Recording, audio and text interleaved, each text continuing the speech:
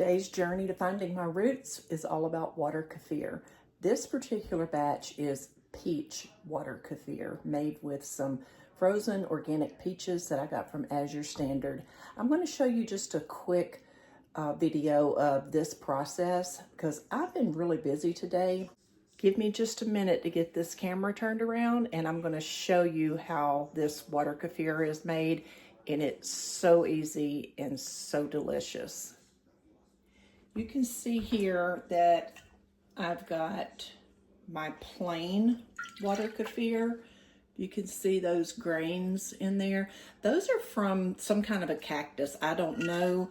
I usually like to know details, but I haven't been inclined enough to look up and see what kind of cactus those come from. But you put water in 4 cups of water, 60 grams of sugar in the grains. Let it ferment with the fermenting lid for 48 hours, and then it's ready to strain. And I'm going to go ahead and do that right now.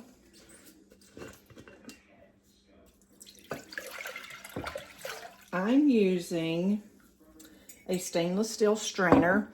Some people say that you shouldn't use metal at all, but what I have read is that the stainless steel is non-reactive. And I've already got a jar, a half-a-gallon mason jar with 60 grams of organic cane sugar. I buy this from Azure Standard. It is processed, but it's not as highly processed as just the white stuff you get in the store. And you can see the color of it. It's still got some of the molasses in it. So I've weighed out 60 grams in this jar. I'm going to dump the grains in there.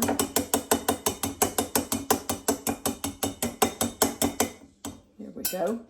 And then I'm going to take this jar over to my, let me see if I can show you this. I've got a reverse osmosis faucet there. And I'm going to put 4 cups of water in there. So I've got my 4 cups of water, 60 grams of sugar, and those grains, and I'll get that, let it sit for a few minutes, and then I'll get that stirred up really good so that sugar gets dissolved. I'll put a clean fermenting lid on there, and I'll let it sit on the counter for 48 hours. And what I just strained off into this container is what I'm going to do my second ferment with. This particular batch, I'm going to make pineapple juice and ginger. This jar has 15 grams of sugar. You don't want a lot of sugar in your second ferment because the juice or whatever fruit you're using typically is going to be have enough sugar in it for that probiotics to feed off of. So that goes in there. And then I'm going to take this ginger. I usually get organic ginger from our local grocery store. Not a big chain, but a pretty regional chain. And I'm putting it in a garlic press. If you've never seen a garlic press, you put your ginger or your garlic in there, close it up, and it presses out the other side there. I'm going to hold it over this because what I'm going to get out of this is a lot of juice. But you can also see how the ginger is coming out. I'm going to scrape that off in the jar. Ginger is one of the best things to get a ferment like this going. I don't always put ginger in it, but the pineapple and the ginger are my favorite. And I kind of wish with the peach that I'm getting ready to show you that I had put ginger in it too, but I didn't think about it until the next day.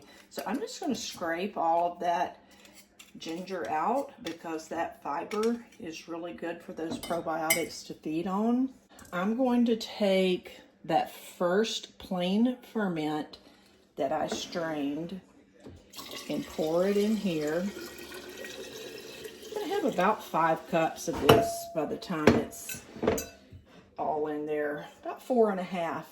We'll put a clean fermenting lid on there. And I'll stir this again in a little bit. Just before I go to bed, I'll make sure that all of that sugar is dissolved. So that's ready to go. That'll sit for 48 hours and you will have the most amazing carbonated, fermented drink that you have ever had. So I'm going to set that out of the way. And now, this is a jar that has been fermenting for 48 hours. It's the peaches that I told you about from As Your Standard. I'm going to strain them. I put that lid on pretty tight. I'm going to strain them into this huge measuring cup. I'll have to get a spoon here. Here we go. I've got this spoon that I use for the sugar. Let all that liquid flow through. About a cup of fruit is kind of standard for 4 cups of that plain first ferment of the water kefir. But the last time I made this peach, it wasn't real strong peachy flavor. So I put, I think probably more than a cup. I had these frozen organic peaches. I let them thaw. I put them in the blender with some of the first ferment plain water kefir and blended them up real good. You can see their mush. And what I'll do with this probiotic rich pulp from the fruit, I'll either put it in my breakfast smoothie or I'll feed it to the chickens. Or the sweet hubby will feed it to the chickens. That's his hobby. So there's that, and I'll set that to the side, and I'm probably going to taste it and see what it tastes like before I make my decision. Let's see.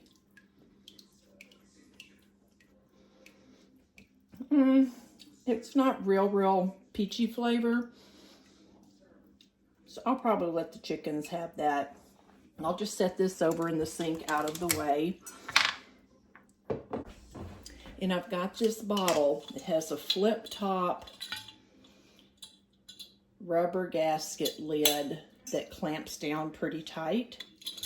And I'm going to transfer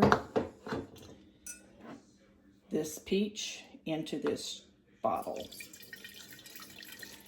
Using this funnel, I've found that if I hold the funnel down too tight, that it doesn't drain in as quickly. So I lift it up just ever so slightly to give it a little bit more airflow, and it drains in a lot quicker. And I'm probably going to have more than what I want to put in this bottle, but let's see. That's about as full as I want to get that. I've got some smaller bottles that I'll put the rest of that in, and I'll get this sealed up and put in the refrigerator, and it'll be nice and tasty once it's chilled really good. This is a bottle of the pineapple ginger that I made probably 4 or 5 days ago, and you can see that the pineapple, even though it's just juice, you get some sediment from it, and that's okay. I'll just turn the bottle gently and let that kind of mix back in. Don't want to do it too much because this is pretty fermented. Let's see if you can hear this. Woo, I think you did. Look at that. But it's open. I can swish it around pretty good to get that mixed up. Look at that. Can you see that carbonation coming off of there? This stuff is excellent. I don't typically like to do that and open it until I'm ready to drink it because, you know, you let the carbonation off. Just like with a soft drink, the more you open it, the shorter amount of time the carbonation will last. But this is good. This is pretty healthy drink. And it does have sugar in it. And this is one of the few areas that I'll actually use sugar for things that I'm going to be consuming. But by the time this has finished its first ferment and then a second ferment, there's still some sugar in it, but the bacteria has just about eaten it all up.